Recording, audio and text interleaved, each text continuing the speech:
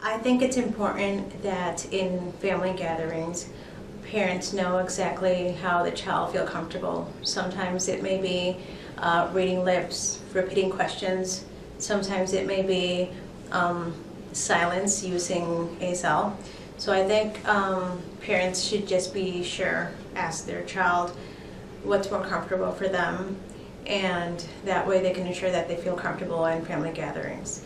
In my case, my mom would repeat a lot of what was going on around me, and she would open her mouth more so people around us knew that it'd be better for me to just read their lips. So that's what we did in my family gatherings. Well, when we're at a family gathering, you should include your child, because even though it's not important to repeat the word or sentence to you, but it is important to the child because they want to feel included. They don't want to feel isolated. And that's what I felt, isolated when I was at family gatherings, because a whole bunch of people would sit at a table and they would just talk all at once, blah, blah, blah, blah. And I would just sit and watch and be clueless. And then I would ask my mom, like, "Mom, what are they saying? What are they saying?" And then my mom would comment and say, like, "Oh, your aunt said this, your uncle said that." But sometimes parents or an adult would say, "Oh, I'll tell you later." We don't want that. We want to know now because we're involved and we see. So that's what you should do.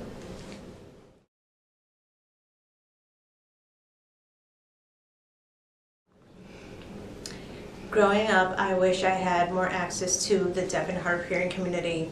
I did not know anybody except for my father. My hearing difference is genetic, so I knew family members that had a hearing difference, but this is something that wasn't talked upon us. I also wish I had more access to a lot of the resources that I know that we have now, but I didn't know before. When I was growing up, I wish I had more access to the deaf and hard of hearing community, because I was mainstream in school and felt isolated too at a hearing school because there was no one else that was deaf exactly like me. So I couldn't relate to them, I couldn't hear what they were saying, I just felt isolated. So I just wish I had more access to the deaf and hard of hearing community, mainly because of to be relations.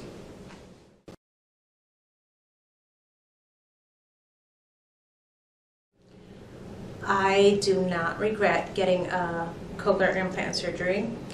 I have worked a lot to get the sounds that my brain needs to give me the messages that are going on around me. It has been hard work, but I can understand a lot of what's going on around me. I did lose some of my hearing in the left ear, which is where I have my cochlear implant. It has been very little, but the CI has really helped me hear what's going on around me. I don't regret my surgery because when I had my hearing aids on both ears, they weren't making them anymore. So I had to search and find cochlear implant, and I was like, wow, this is great. So I researched, I did all of that, and then when I got the surgery and I got hooked on, it was amazing. I had to ask my mom, like, what's that noise?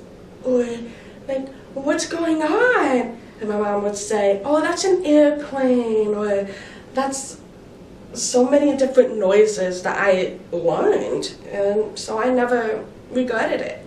I never lost my residual hearing. because I went to mail and they kind of saved it for me. They saved it.